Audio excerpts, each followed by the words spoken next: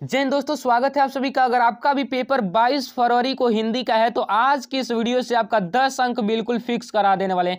देख सकते हैं आज की इस वीडियो में आपको बताने वाले हैं जीवन परिचय की लेखक का जीवन परिचय कैसे लिखना है। और ये जो जयशंकर प्रसाद का जीवन परिचय है ये मोस्ट इंपॉर्टेंट जीवन परिचय है और हर एक साल बोर्ड एग्जाम में पूछा जाता है। और उसके बाद बताएंगे कि कवि का जीवन परिचय कैसे लिखना है और गोस्वामी तुलसीदास का जीवन परिचय मोस्ट इंपॉर्टेंट है, हर एक साल बोर्ड एग्जाम में पूछा जाता है। तो आज के इस वीडियो में आपको जयशंकर प्रसाद का जीवन परिचय भी ट्रिक के साथ याद कराएंगे और गोस्वामी तुलसीदास का भी जीवन परिचय ट्रिक के साथ याद कराएंगे। और इस वीडियो में यह भी बताएंगे कि टॉपर जीवन परिचय कैसे लिखते हैं कि उनके 5 में 5 नंबर फुल में फुल मिलते हैं। अगर आप इस तरीके को नहीं जानते हो और लिखते हो जीवन परिचय तो आपको 5 में 4 नंबर दिए जाएंगे। लेकिन आज जो मैं तरीका बताऊंगा उससे अगर आपको वैसे लिखते हो तो आपके 5 में 5 नंबर पूरे मिलेंगे, ठीक है ना। तो देखिए यहाँ पर सबसे पहले देखिएगा तो यहाँ पर पेपर में प्रश्न नंबर 6 के क में आपसे पूछा जाता है कि दिए गए लेखों में से किसी एक लेखक का जीवन परिचय देते हुए उनकी एक प्रमुख रचना का उल्लेख कीजिए 5 नंबर का, ठीक। उसके बाद ख वाले में पूछा जाता है कवि का जीवन परिचय देते हुए उनकी एक प्रमुख रचना।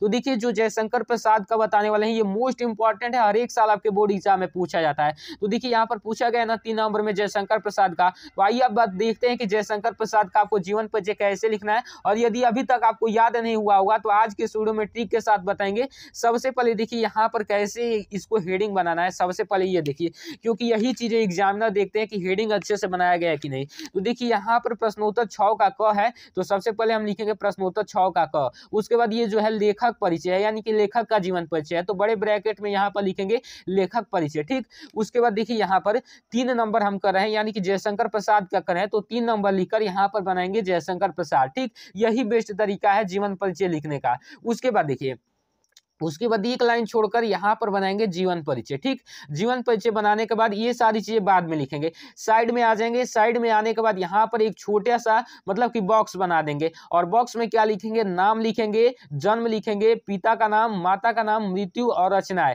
ये 5 चीजें आपको लिख देना है। ये संक्षिप्त परिचय कहलाता है, ठीक। तो नाम में जयशंकर प्रसाद, जन्म में सन 1689 ईस्वी, पिता के नाम में बाबू देवी प्रसाद और माता के नाम में मुन्नी देवी और मृत्यु में हो जाएगा सन 1937 ईस्वी और रचनाएं हो जाएगी धूस्वामिनी। तो ये जो है संक्षिप्त जीवन परिचय है। ये सारी चीजें एग्जामिनर नहीं पढ़ते हैं, केवल इन्हीं को पढ़ लेंगे और आपके फुल मार्क्स देकर चले जाएंगे। ये आपके एक्स्ट्रा नॉलेज को बताता है कि हाँ इंटेलिजेंट मतलब कि स्टूडेंट है, एग्जामिनर इसे समझ जाते हैं, ठीक। तो ये लिख दोगे तो आपके 5 में 5 नंबर पूरे के पूरे मिल जाएंगे। अब देखिए कैसे जीवन परिचय यहाँ पर इसको कैसे लिखना है, याद कैसे करना है क्योंकि याद आपको नहीं होता होगा।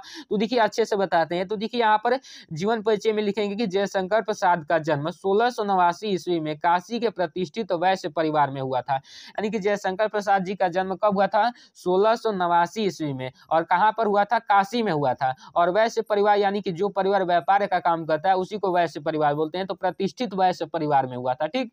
उसके बाद देखिए इनके पिता का नाम बाबू देवी प्रसाद तथा माता का नाम मुन्नी देवी था। पिता का नाम क्या था, बाबू देवी प्रसाद और माता का नाम मुन्नी देवी। और देखिए ये जो पिता का नाम है बाबू देवी प्रसाद इसको भी ब्लैक पेन से लिखना है और माता का नाम को भी ब्लैक पेन से लिखना है ताकि हाईलाइटेड दिखे, ठीक। उसके बाद देखिए उसके बाद लिखेंगे कि इनके पिता एक व्यापारी थे यानी कि व्यापार का काम करते थे। इनकी प्रारंभिक शिक्षा यानी कि शुरुआत की जो शिक्षा है वो घर पर ही हुई यानी कि घर पर ही इन्होंने शिक्षा ग्रहण किया। इन्होंने स्वाध्याय से यानी कि खुद से पढ़ करके हिंदी, संस्कृत, उर्दू और फारसी भाषा सीख लिया। यानी कि सेल्फ स्टडी से ही यानी कि खुद से पढ़कर ही इन्होंने हिंदी, संस्कृत, उर्दू और फारसी भाषाओं को सीख लिया। उसके बाद माता पिता तथा बड़े भाई की मृत्यु हो जाने पर इन्होंने व्यापार संभाला ही था कि युवा अवस्था के पूर्व भाभी तथा दूसरी पत्नी की मृत्यु हो जाने से इनके ऊपर विपत्तियों का पहाड़ टूट पड़ा। यानी कि जैसे इनके माता पिता की मृत्यु हुई तो ये जो इनके पिता व्यापार का काम करते थे उसको इन्होंने संभाला ही था कि उसके बाद होता क्या है कि भाभी तथा दूसरे पत्नी की मृत्यु हो जाती है। तो इसके कारण होता क्या है कि सारी विपत्तियों का पहाड़ इनके ऊपर टूट पड़ता है और उसके बाद इन सभी चिंताओं से इनका शरीर मतलब कि जर्जर हो जाता है और ये क्षय रोग से ग्रस्त हो जाते हैं। मतलब कि ये जो सारी चिंताएं हैं इनके बहुत सारे लोगों की मृत्यु के कारण इनका शरीर चिंताओं से जर्जर हो जाता है और ये क्षय रोग से ग्रसित हो जाते हैं। और 14 नवंबर सन 1937 ईस्वी को केवल 48 वर्ष की आयु में ही हिंदी साहित्यकार की रिक्तिका उत्पन्न करते हुए इन्होंने इस संसार से विदा ली। यानी कि इनकी मृत्यु कब हुई थी, 14 नवंबर सन 1937 को। मात्र केवल 48 वर्ष ही जिए थे और 48 वर्ष में ही बहुत सारी रचनाएं, बहुत सारे मतलब कि ये लिखकर चलेगा, ठीक है ना। तो देखिए उसके बाद यहाँ पर एक पूछा जाता है, यहाँ पर देखिए पेपर में ही दिखा देता हूँ आपको। यहाँ पर पूछा जाता है कि उनकी एक प्रमुख रचना का उल्लेख कीजिए, यानी कि इनकी एक रचना लिखना है। देखिए इतनी चीजें आप अगर आप लिखते हो बोर्ड एग्जाम में तो इसके केवल 3 नंबर दिए जाते हैं, और केवल एक रचना लिख देते हो, ध्यान दीजिएगा, केवल आप एक रचना लिखते हो तो उसके 2 नंबर मिलते हैं। तो भाई साहब ये बहुत ज्यादा इंपॉर्टेंट है। तो रचना में आप लिख दीजिएगा क्या, इनकी बहुत सारी रचनाएं, ध्रुव स्वामिनी, चंद्रगुप्त, अजात शत्रु, जन्मेजय का नागयज्ञ, बहुत सारी रचना है। तो हम यहाँ पर लिख दिए ध्रुव स्वामिनी, केवल ध्रुव स्वामिनी लिख दिए, क्योंकि एक ही लिखना था, एक हमने लिख दिया।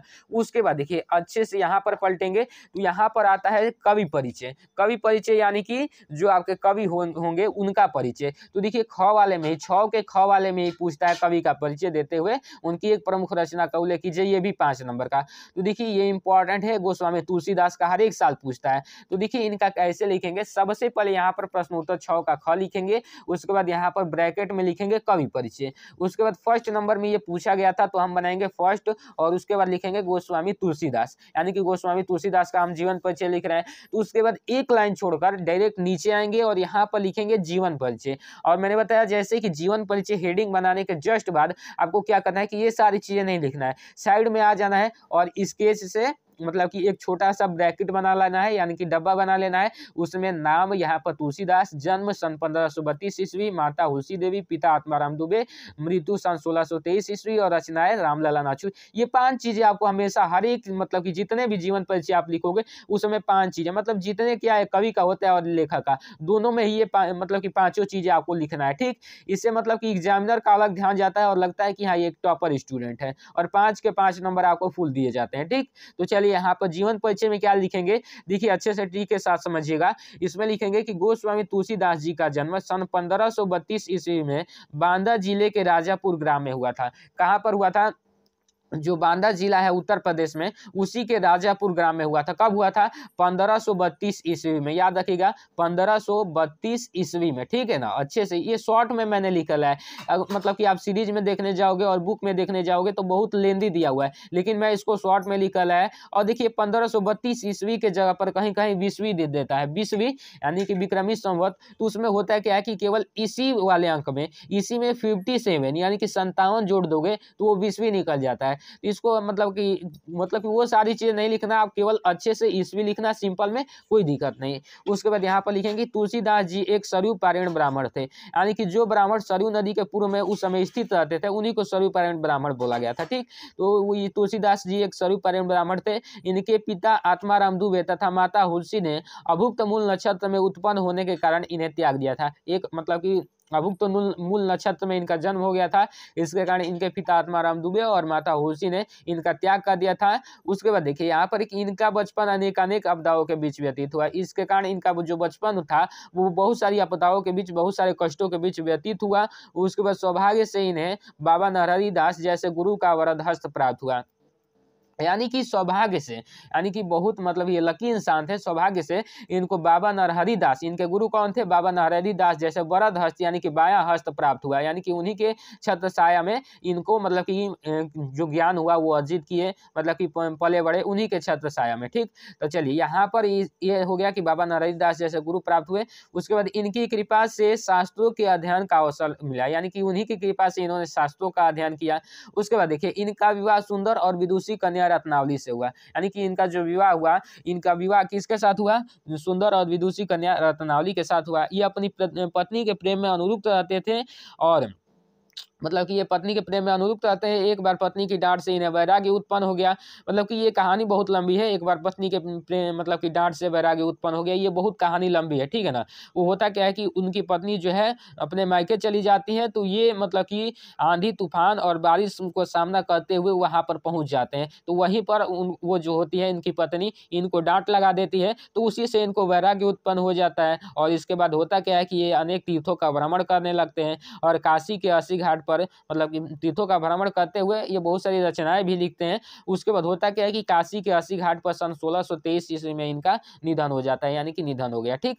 उसके बाद एक रचना लिखना होता है, तो एक रचना हम लिख देंगे रामलला नाचू, अच्छे से हमने लिख दिया। और हाँ एक चीज और बताना था कि इसका अगर आपको पीडीएफ चाहिए तो व्हाट्सएप ग्रुप को जाकर ज्वाइन कर लीजिएगा। व्हाट्सएप ग्रुप पर बहुत सारे स्टूडेंट ज्वाइन हो चुके हैं, तो जाकर वहाँ पर ज्वाइन हो जाइएगा। वहाँ पर इस सब चीज़ों का पीडीएफ आपको फ्री पीडीएफ देता हूँ, तो जाकर ज्वाइन हो जाइएगा। आज के स्टूडियो में आपको अच्छे से बता दिया कि मतलब कि जयशंकर प्रसाद प्रसाद का जीवन परिचय मतलब कैसे लिखना है, कैसे याद करना है, और गोस्वामी तुलसीदास का। अब देख लीजिए, थोड़ा सा एक और चीज बताना था कि इंपॉर्टेंट कौन कौन से लेखक परिचय, तो 3 तैयार कर लीजिए। एक तो आपका जयशंकर प्रसाद, एक डॉक्टर राजेंद्र प्रसाद और एक आचार्य रामचंद्र शुक्ल का। लेखक में 3 तैयार कर लीजिए। 1000% की गारंटी देकर बोल रहा हूँ कि इससे बाहर आपके बोर्ड एग्जाम में नहीं आएगा, ठीक है ना। केवल 3 तैयार करके चले जाना। और कवि परिचय में आप सूरदास, तुलसीदास और महादेवी वर्मा, इन तीनों को ही, मात्र तीनों को ही तैयार करके चले जाना। 1000% की गारंटी है कि यही आएंगे, क्योंकि हर एक साल यही आपके बोर्ड एग्जाम में आता है। मतलब कि इसको चेंज नहीं किया जा सकता, ये फिक्स नंबर होते हैं 10 नंबर। तो केवल इन तीनों को, यानी कि 3 लेखक के और 3 कवि के ही तैयार करके चले जाना।